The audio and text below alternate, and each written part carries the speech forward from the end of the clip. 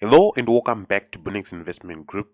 In this video, we are going to be talking about a simple M5 scalping strategy for Nasdaq, US 100 or NAS100 depending on the platform that you are using.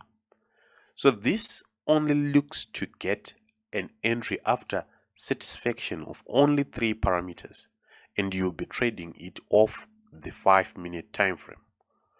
But before we jump into the whole video, make sure you hit that subscribe button and check the notification bell icon so that you'll be notified each and every time we upload a new video. You may as well check out our free Telegram channel. The link is in the description below, where we share free signals, free advice as well as support. Without wasting much of your time, let's jump into the content. So this strategy utilizes the M5 time frame and uses only 3 indicators, which are exponential moving average 13 applied to close, 50 EMA, 200 EMA. I love to use these in these colors: 13 in red,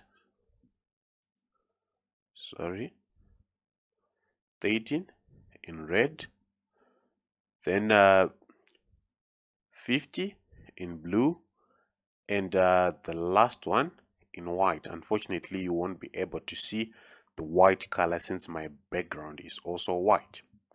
So the first parameter that we have to see is crossover of 50 to 100.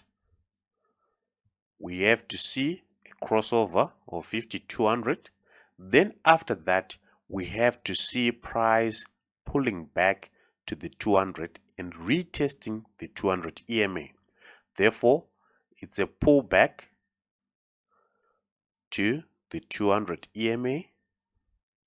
Then after price has retested the 200 EMA, we need to see candle closure above the 13 EMA. So candle closure above the 13 EMA. I'll repeat these parameters again. The first one is to see 50 200 crossover. The second one is to see a pullback, a clear pullback to the 200 EMA. Then after that, after the retest of the 200 EMA, we need to see candle closure above or below, depending on the market context, the 13 EMA. So let's jump over the charts to see how everything goes. So this is US 100 traded on HF markets, which is called HOTFOREX. Nasdaq is common on most trading platforms and on most trading brokers. So the first thing that we have said is to look for 50 200 crossover. To recap, 13 is in red, 50 in blue, and 200 in white. So the first thing that we are going to look for is to see a 50 200 crossover. Then after that, we need to see price coming back to retest the 200 EMA, right? We are waiting for price. It went down and then the price came back to the 200 EMA. After the 200 EMA, we now need to see candle closure below the 13 EMA, which happened at this candlestick. Then after that, our stop loss should be well above structure, a few pips above structure, and our take profit should be twice this distance, or twice the number of pips in this zone. And that's how the trade played. Then after that, we are now waiting again for another crossover. Let me remove this though. So the first trade was a win, right? Wait, we had a 50 200 crossover. and the market came back to retest the 200 EMA. However, the market did not close above the 13 EMA, which made this entry invalid. So we were not going to get an entry at this point because the last parameter was not satisfied. 1350 crossover, 5200 crossover happened, but the market has gone up straight away. And 250 crossover happened at this point. We are now waiting to see if the price was going to come back to the 200 EMA. The price came back to the 200 EMA, it retested, and candle closure above the 13 occurred, and our stop loss was way below the structure. Our take profit was going to be above, right? The market shot up from this point, but was it going to hit our take profit? We can see that this was a 1:1, which does not satisfy that it was going to hit our take profit, and our stop loss was hit.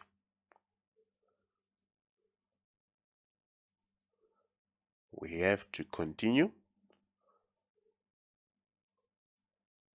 250 crossover occurred, and the market is shot up directly. Then it came back to retest the 200 EMA, and our candle closure above was actually satisfied, and a 2:1 was going to be met since our stop loss was going to be below structure, and our take profit could actually accommodate times to the distance of this zone. Then we had another win on the same using the parameters that we have defined. Then here we had a 50-200 crossover. Now we had to wait and see the price coming back to retest the 200 EMA. As you can see at this point, the price after the crossover, it went down and it came back. Then after candle closure below the 13 EMA, we were going to get an entry, and our stop loss above the structure, we're going to hit our take profit. Then we need to look again for the parameters. As you can see at this point, we had a crossover of the 50-200 and waiting for the market to come back to the 200. It came back at this point. However, it did not close above the 13 EMA, therefore this point was invalid. Then we had a 250 crossover at this point. The market came back to the 200 EMA, and candle closure below the 13 was going to be another entry point, and our take profit was going to be hit.